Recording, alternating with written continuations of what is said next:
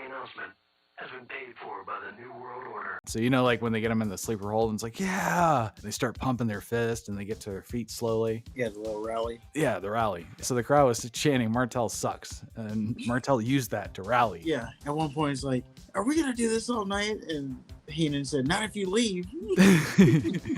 He doesn't have the security guards yet. No. He didn't have the standing in the pyro. Yeah, you don't have So the we got a long way to spark. go. He needs some longer shorts, though. That nut holster needs to go. I did think it was funny when he did the sharpshooter and he was looking around, he was milking it and shit, and nobody cared. Not one goddamn person. I don't know what that guy said, but he was about to get it in a wheelchair.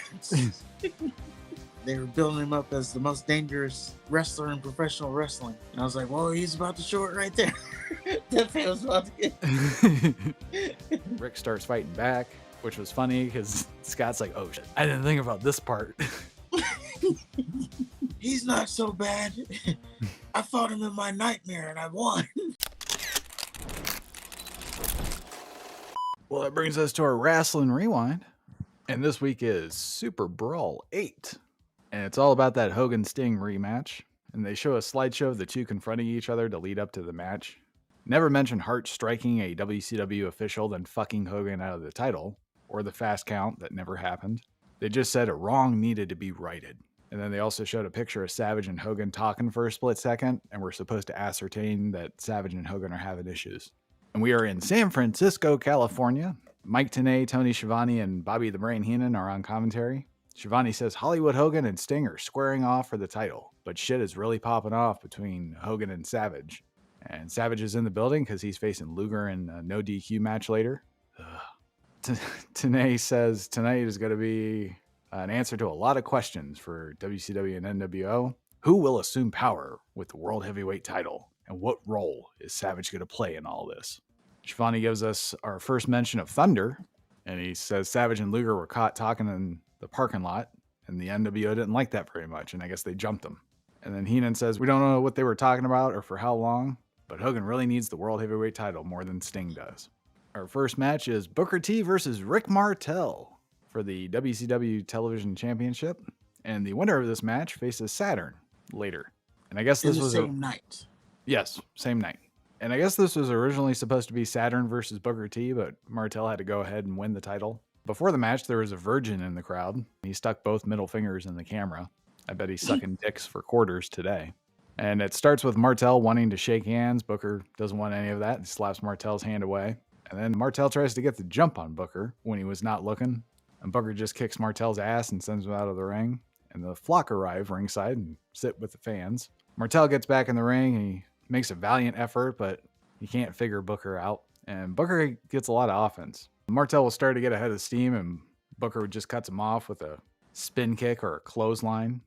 Martel might have the experience, but right now Booker is just better. And then Booker got Martel in a rest hold. It sounded like Martel fired up from a Martel sucks chant. So, you know, like when they get him in the sleeper hold and it's like, yeah, they start pumping their fist and they get to their feet slowly.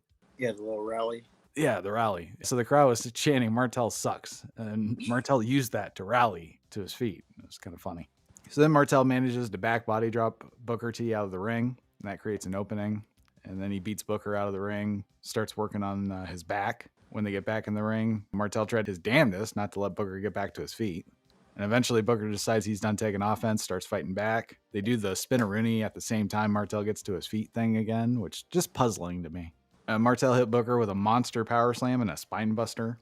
And then he locks in the Boston Crab super close to the ropes again. And this time commentary team made fun of how close they were. It's like, you're right there. Put your hand out, stupid. Heenan says if Martel had gotten the rope break, the ref would have just kicked his hand. And then Schiavone's like, now why would you say something like that? And Heenan's like, because that's what I've been seeing my whole life. And Schiavone's like, well, that's because you deserved them. Booker hits a flying forearm and a scissor kick to the back of the head, and then an Alabama slam. And then he goes for a no-look crossbody and misses. And then Martel goes for a top rope axe handle and ends up getting Harlem sidekicked by Booker T on the way down for 1, 2, 3. And Martel and Booker delivered again. I thought this was a great match. Martel looked like a good champion. Yeah, it was surprising that he came in as champion, but it was a good match. I liked it better than the first match. Felt like he was more comfortable, or whatever little tweaks they did, which I can pinpoint, but he looked more than just creative wrestler number 9. It was the sparkly jacket. Maybe. They should really push Booker to the moon. He was really good. Yeah. I also want to point out that I liked the presentation of this whole show, like the stage, the little picture behind. I don't know, it just felt like a bigger deal. So they said Martel fucked up his knee during the match. It was announced when Saturn was whooping on Booker later. But if Martel was hurt, he didn't sell it. Yeah, they said he tore his MCL. Well, they didn't say MCL. They actually said it. Whatever crucial ligament. And they're like, oh, it's a shame that, he just came back. He's in the best shape of his life. His career's probably over. I wouldn't doubt if it was. That's probably it. I don't know. But what I do know is he didn't look hurt. Yeah, I was thinking back to it afterwards, and it's like, I don't know when it happened, but you couldn't tell. He'd finished the match. He jumped off the turnbuckle. When he left, he walked out under his own power. Yeah, Saturn threw him out of the ring, and he walked somewhere. So, I don't know. Although I've never had my MCL torn. I don't know if that's something you can just power through. I haven't either, but I've seen it in football, and yeah, they don't usually walk off. They're not wrestlers, though. Yeah. So after that, we get Saturn versus Booker T for the television championship. Before Booker can celebrate his victory, or Martel can reflect on his loss, Saturn's in the ring. He shit cans Martel out of the ring, locks the rings of Saturn on Booker. Booker gets to the ropes. The ref already signaled for the starting bell for both men to fight. Shivani keeps saying that all this shit doesn't count because he's an inobservant fuck. Yeah, he missed that they called for the bell. To be fair, Booker T was like in the rings of Saturn when the bell rang. So but he's like, oh, this all doesn't count. So Saturn then tries a series of pin attempts, none of which were even remotely successful. One pin attempt, he rolled Booker into the ropes and then yelled at the referee for noticing, I guess. My favorite one was the schoolboy that he sat down.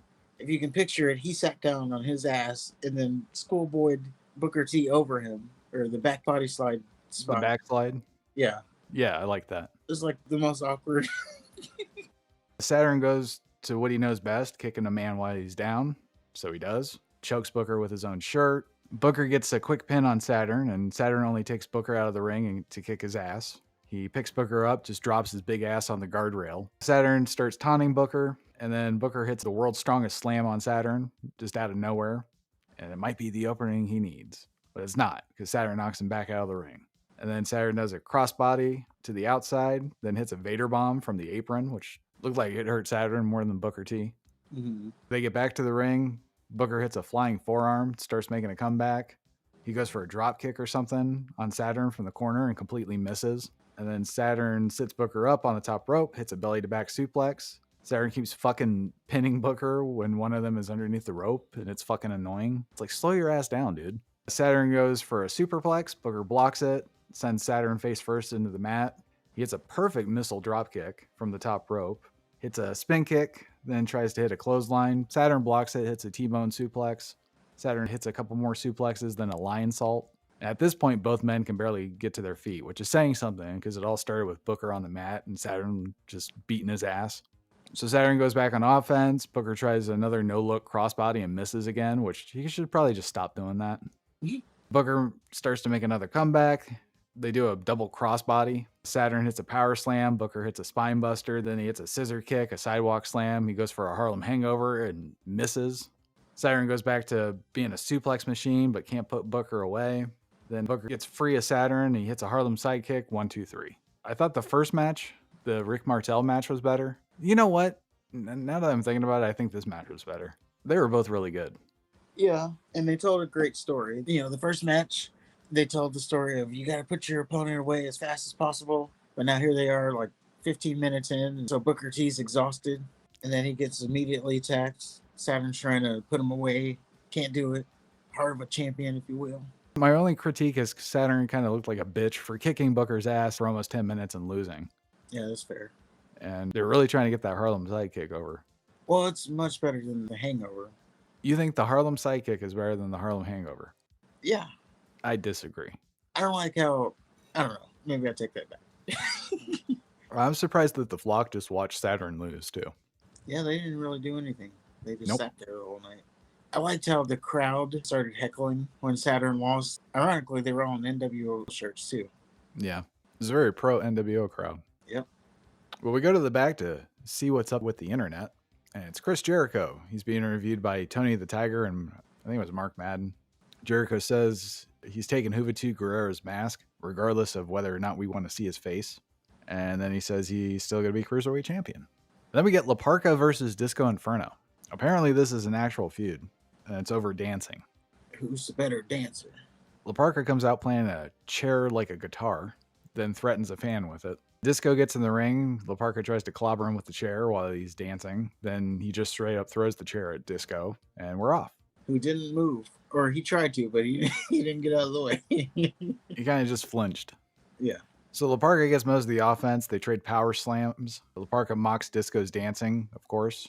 Disco gets on offense for a bit before La Parka cuts him off, sends Disco out of the ring.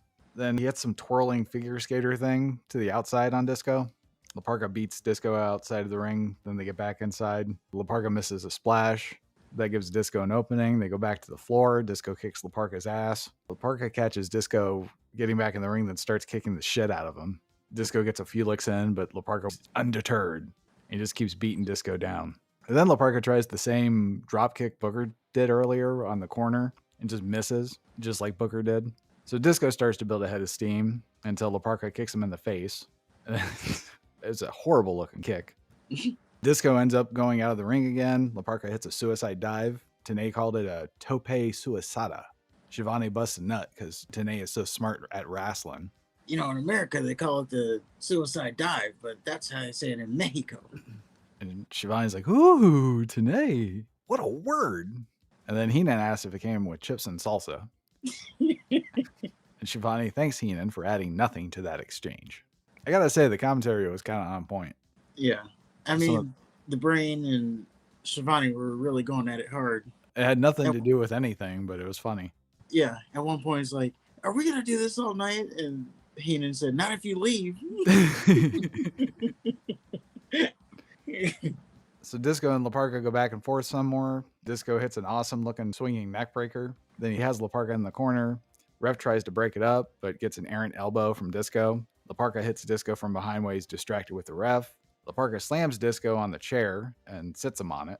The ref turns around, clearly seeing the chair, and just starts a 5 count because La Parka's on the ropes at this point. Disco recovers, tries to go for a superplex. La Parka blocks it. Then they just start slapping each other. And then Disco ends up tossing La Parka off the top rope into the chair. The ref picks up the chair and just tosses it out of the ring. Disco hits a stunner 1, 2, 3. And La Parka sold the stunner really well. He did. And I guess this is a rare Disco win. Of course, La Parka would be his opponent. Yeah, the chairman can't get a win. And he was chunkier than I remember. Yeah, back when he started, or like when we first started seeing him on TV, he was a lot thinner. I think it was weird that the ref just let the chair shit happen. Well, they did touch on it. They said that he hadn't used the chair, so it's not a disqualification. Now, why Disco blatantly used the chair and it wasn't a disqualification, that's another thing. Yeah, but it was also a counter. It didn't quite look like he was going for the chair, but he just happened to hit the chair. So we have Mean Gene Okerlund. He interviews J.J. Dillon. Okerlund informs us that Dillon has been contemplating reinstating referee Nick Patrick. Patrick was, of course, suspended after the events of Starrcade, where he did his job perfectly, then got slugged in the face by a wrestler making his debut, before the same wrestler changed the outcome of the World Heavyweight title match. Clearly, Patrick got what he deserved. So Dillon says that there was an investigation and he wants Patrick out there. And Dillon says that they couldn't find any wrongdoing on Patrick's part, and he's reinstated. Patrick proceeds to jump up and down for joy. He hugs J.J. Dillon tightly, then he kisses Mean Gene. Patrick says this is the happiest day in his life, and he's so happy to be able to clear his name in the main event later. Dillon interrupts saying, actually, you're not in the main event, and he turns around and leaves. And Nick Patrick says he's reinstated. That means he's the head referee again, and they shouldn't even be drawing straws to determine who's the ref, because apparently that's what they do. And Patrick becomes concerned about back pay since he was suspended without cause. Then he storms off saying this ain't over. Yep. Brad Armstrong versus Bill Goldberg. Apparently this was a match just inserted out of nowhere. Yeah, unadvertised, unscheduled or something. Yeah. Brad Armstrong is Road Dogg's brother, for those who don't know. And Goldberg is wearing the tiniest shorts ever. In fact, it's just a nut holster. Armstrong tries to wrestle. Goldberg uses his power and slams Armstrong to the mat. Armstrong tries to stand up and throw hands. Goldberg pounds on Armstrong, then does his rolling leg submission. Armstrong shoves Goldberg. Goldberg picks Armstrong up and does a gorilla press power slam. Goldberg hits a belly-to-belly suplex. Armstrong starts to make a comeback, hits a Russian leg sweep. Goldberg no-sells the leg sweep, then does a pump handle suplex or toss or something to Armstrong. They nut over it. They're like, oh, we've never seen that before. And Goldberg hits a spear, jackhammer, 1, 2, 3. And then Goldberg made ugly faces to celebrate his victory. That Brad Armstrong got way too much offense. Like, what are we doing? They had to lead up to that no-sell. True. Like, you got your offense in, but did you? There was that, and it went longer than I thought it would have. It was 2 minutes. Was it? Yeah. It was a long 2 minutes. I mean, they get quicker. Yeah, from what I remember, Goldberg matches was him come out there, his opponent is nonchalant, turns around, gets speared, jackhammer, match over. Yeah, that's about what it was. He beat on Armstrong. Armstrong got a few licks in, didn't do anything. Spear, jackhammer, 1, 2, 3. That was in no way a competitive match. It was just more to showcase what he can do. But we're still dialing in the Goldberg presentation. He doesn't have the security guards yet. No. He didn't have the standing in the pyro. Yeah, you don't have the we got a long way to go. But we're getting there. He needs some longer shorts, though. That nut holster needs to go. Well, he does have those, like, biker shorts eventually, too. You can see his little ass cheeks. Or was that in WWE? I think that was WWE. Biker shorts. But, yeah, good showcase for Goldberg. Yeah. Juventud Guerrero versus Chris Jericho. Mask versus title for the Cruiserweight Championship. And then Jericho comes out, rips a fan's I'm a Jerichoholic sign. So that was good. Fans boo Jericho from the start, and he throws a tantrum. And then he insists on wrestling while wearing the Cruiserweight title. And then Guerrero kicks the belt and knocks the wind out of Jericho. So Jericho insists that the ref take the belt from him. Take it. So right off the bat, his little screams and stuff really got to me. At some points they were funny, but overall it was just overdone. Like, ah! That's fair. Jericho and Guerrero go back and forth. Guerrero hits a springboard body attack. That's what they called it. And then dumps Jericho on the floor with a Frankensteiner from the top rope. Hoovy gives Jericho a chop, then knocks him out cold. Turns out that Jericho was just playing possum, trying to force a count out, which was funny. They get back to the ring. Jericho hangs Hoovy on the ropes, then knocks him out of the ring again with a springboard drop kick from the corner. Jericho tries to do a flying body attack using the steel steps as a springboard. Hoovy just catches Jericho and slams him face first in the guardrail. They get back to the ring. Jericho hits a modified tombstone and basically takes over the match from there. Hoovy hits a roll-up out of nowhere. Jericho throws a fit, and Jericho hits Hoovy with a backbreaker submission. He yells at the ref. Hoovy just said yes. So he starts celebrating, and he tells the ref to raise his arm, and the ref refuses to be bullied into calling the match. So Jericho just throws another fit, which I thought that was funny. And then Hoovy tries to use the interruption to gain some momentum, but Jericho cuts him off with a clothesline. He sets Hoovy up on the ropes. Hoovy blocks Jericho, then goes for a diving Frankensteiner. Jericho catches Hoovy and turns it into an electric chair. Jericho goes for the top rope. Hoovy drop kicks Jericho out of the ring, and looks like Jericho's about to walk out of the match. And then Hoovy hits him with a springboard diving body attack. They love those body attacks. They sure do. Hoovy throws Jericho back in the ring. He hits a modified Michinoku driver, and then his 450 splash. And it looks like Hoovy has the match won, but Jericho gets his hand on the ropes at the last second. And the bell rings. Hoovy's celebrating. The ref's like, no, you didn't win. Jericho recovers. He chop blocks Hoovy from behind. He goes for a German suplex. Hoovy turns it into a roll-up. Jericho goes for a powerbomb, and Hoovy turns it into a DDT. Then he sets Jericho on the top rope, goes for a Frankensteiner. Jericho blocks it, then dives at Hoovy, and then Hoovy turns it into an inverted atomic drop. They trade pins.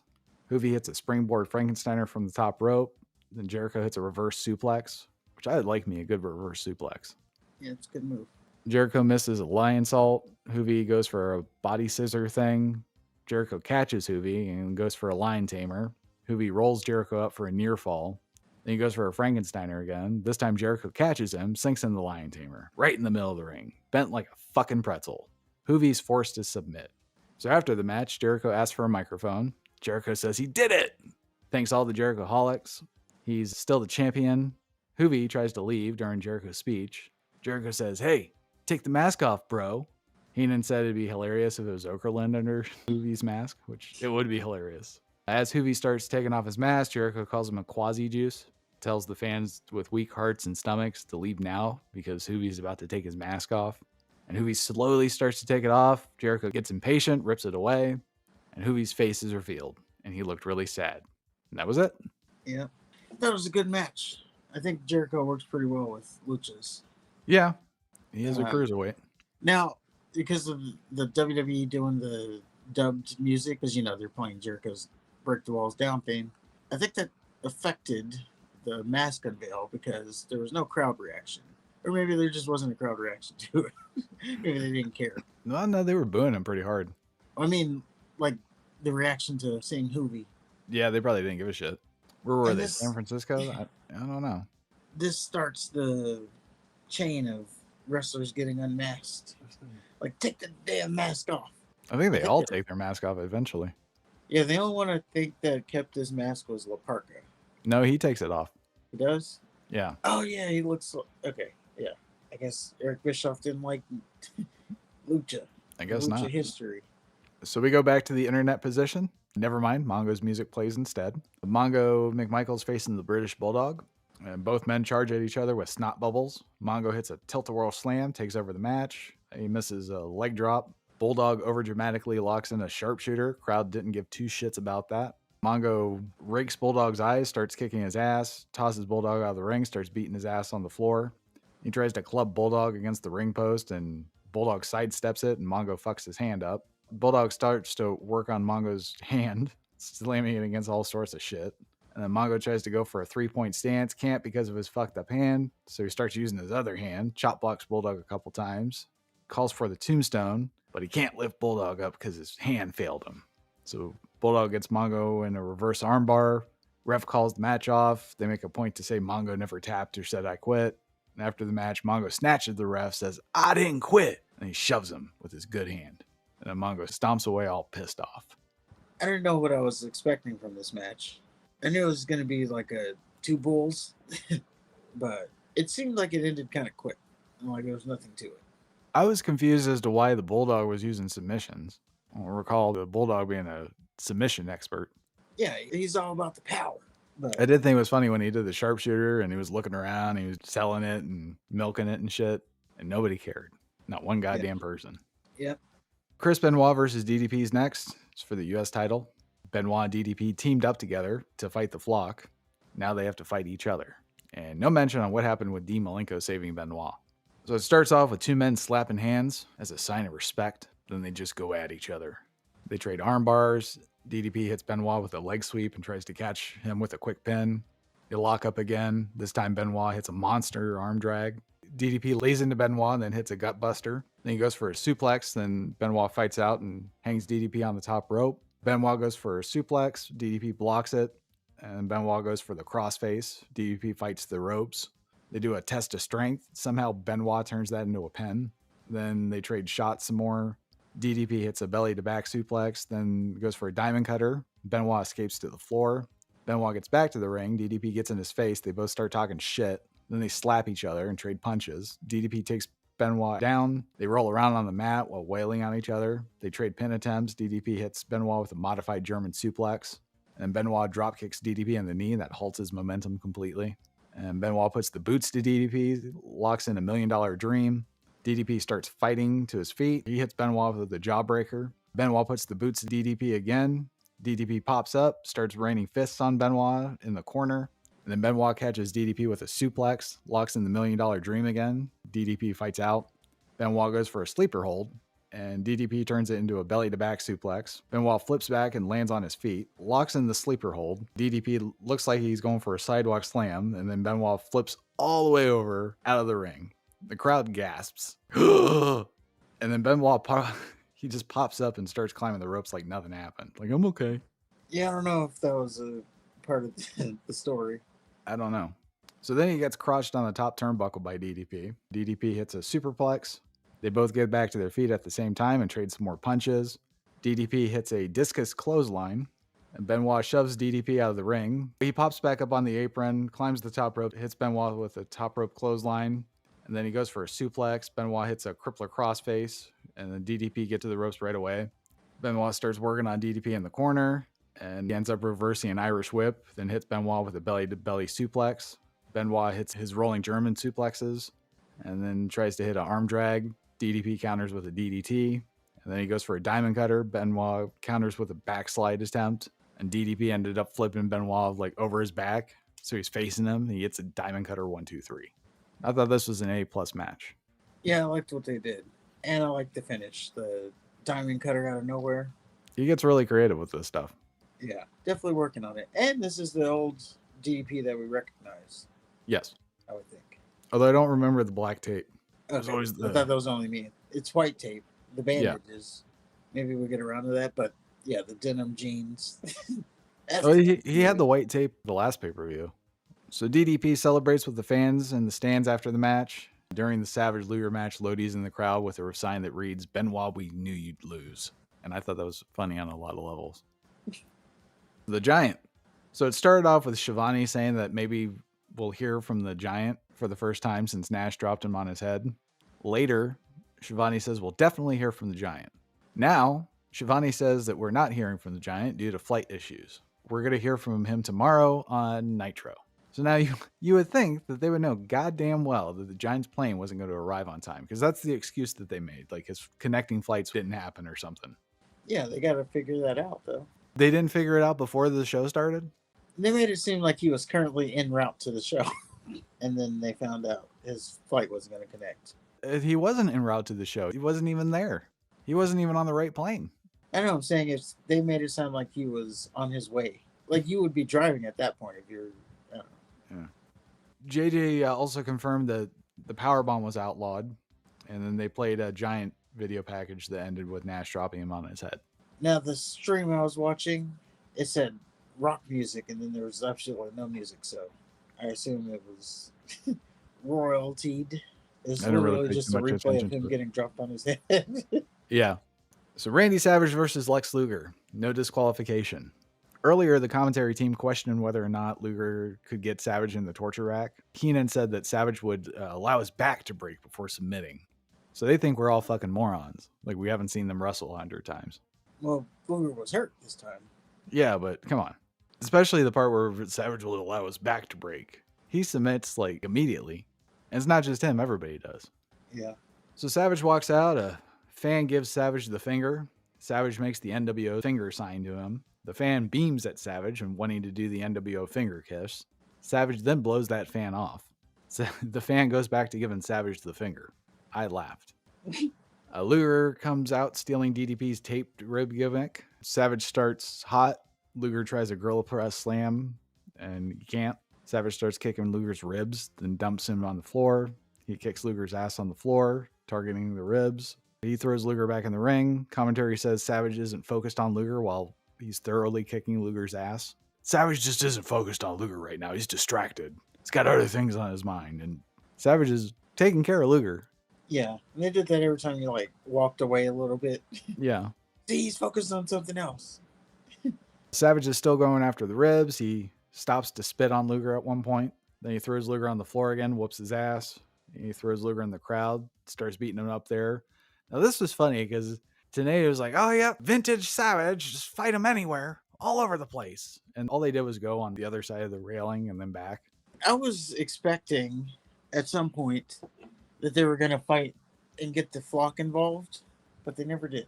Like, that's what I was waiting for. I was like, oh, they're going to probably fight over there and fight to the flock. But there was one moment when the security guard pretty much saved a fan. So they're fighting in the crowd. Savage starts to jump over the guardrail, and I guess a fan said something. Oh, by the way, this fan I think he was in a wheelchair. That's here nor there. But he starts to jump over the guardrail, and then whatever he hears, he jumps back into the crowd. He puts his foot on the guardrail to jump over. He hears something, and then puts his foot back down, and then overruns the security guard and gets between him and the fan.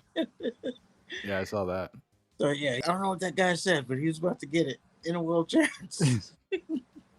Well, Savage don't care. Yeah, they were building him up as the most dangerous wrestler in professional wrestling. And I was like, well, he's about to show it right there. That fan was about to get Well, before he climbs over the guardrail, he asks the referee to get closer, like he's got something to say. Then he slaps the referee for no reason. And they're like, oh, it's no DQ. Yeah, he's like, come here. So Savage throws the Luger back over the guardrail and beats on Luger on the floor some more. They get back into the ring. It's still 100% Savage. Luger hasn't gotten shit in at this point. Savage hits a suplex. Luger stands back up from it, and Savage goes back on the attack. Luger hits a power slam, gets Savage in the torture rack. Miss Elizabeth casually walks in the ring and gouges Luger's eyes. So then the NWO come out for some reason, and Savage and Luger fight them off. The bell rings, and then Luger gets Savage in the torture rack. Hogan comes out to tell the NWO to let them go.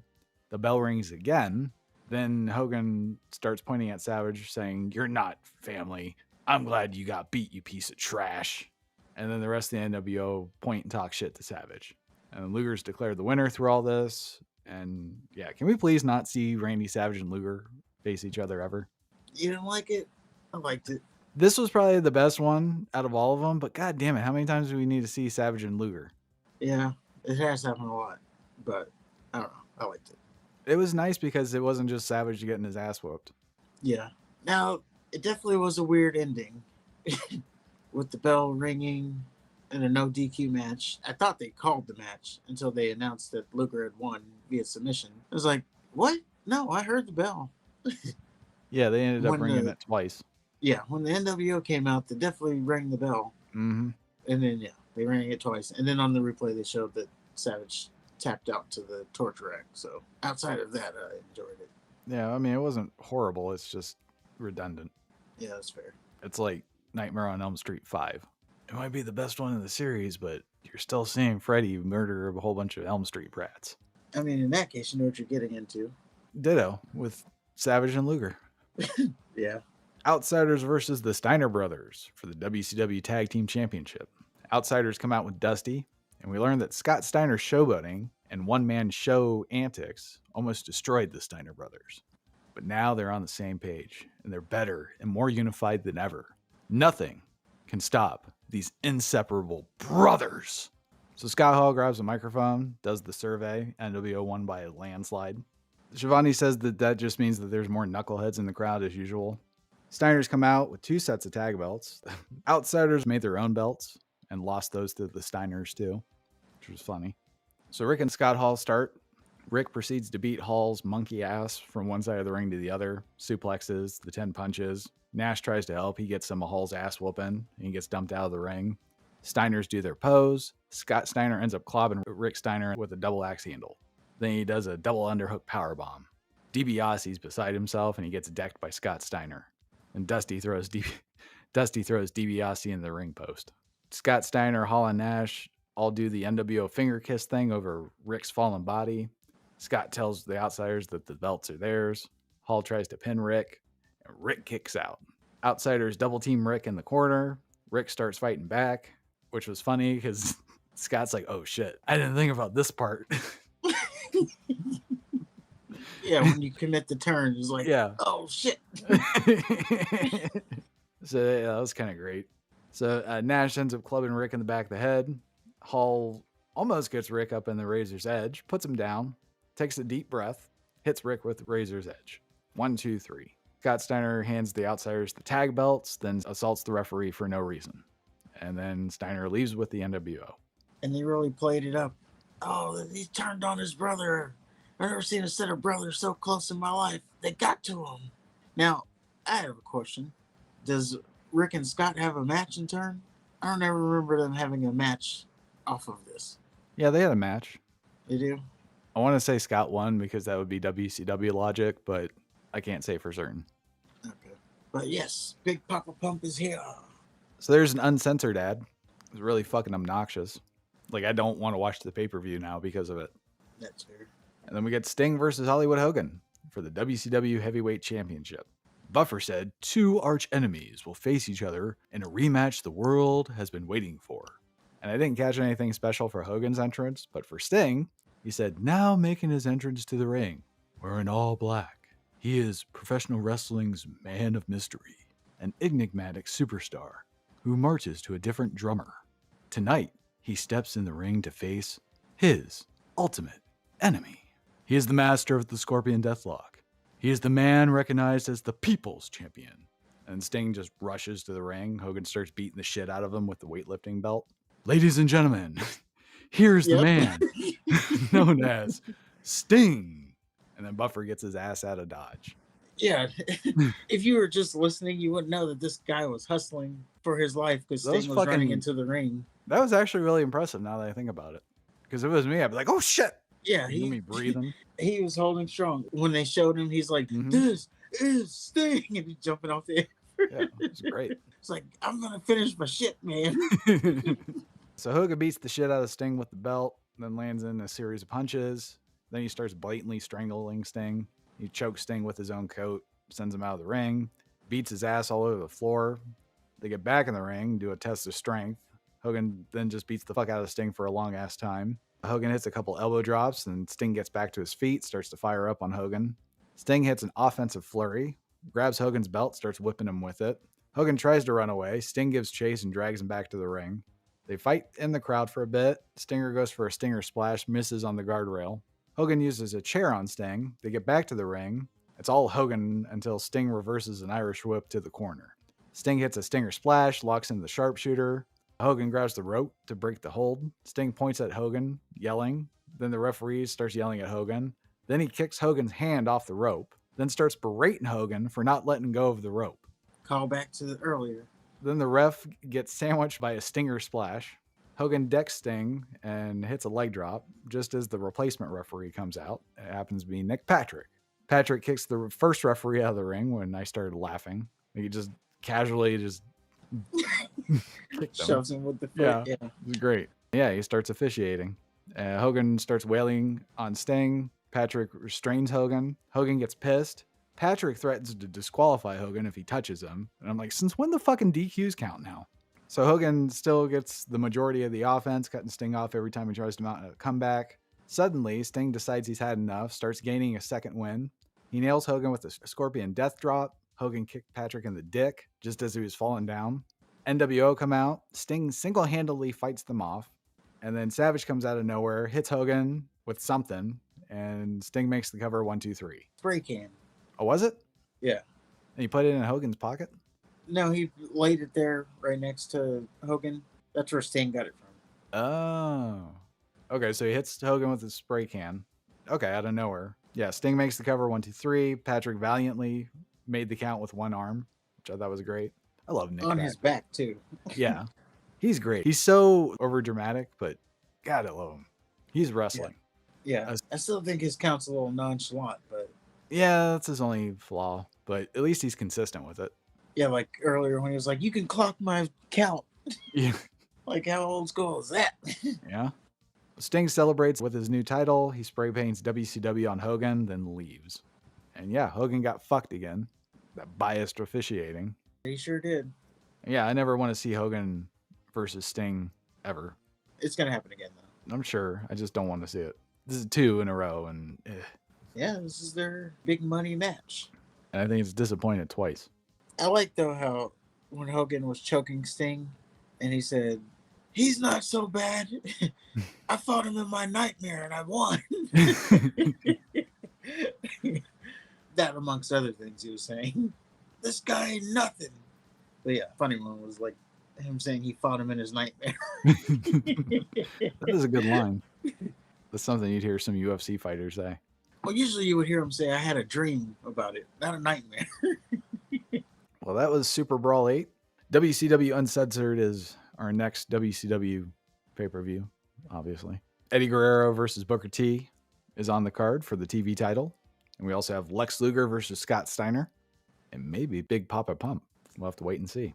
We also get to see DDP versus Raven versus Chris Benoit for the US title. Giant and Kevin Nash have their rematch. We have Bret Hart versus Mr. Perfect. And possibly the match of the night. I'm calling it right as now. long as they let them do their thing. Yeah. Then we have Scott Hall versus Sting for the WCW heavyweight title. Apparently it's not the main event for some reason. Then we have Hogan versus Savage in a steel That's cage. The next name you said is why. But before that, we have WrestleMania 27. This took place at the Georgia Dome in Atlanta. It's the first WrestleMania held in the state of Georgia. Second to be held in the southeastern United States following WrestleMania 24, which was in Orlando.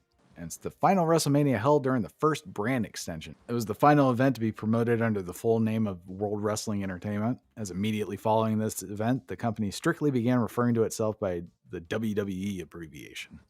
Also, The Rock served as the host. What number is it? 27? 27. I remember him being the host, but yeah. Let me tell you.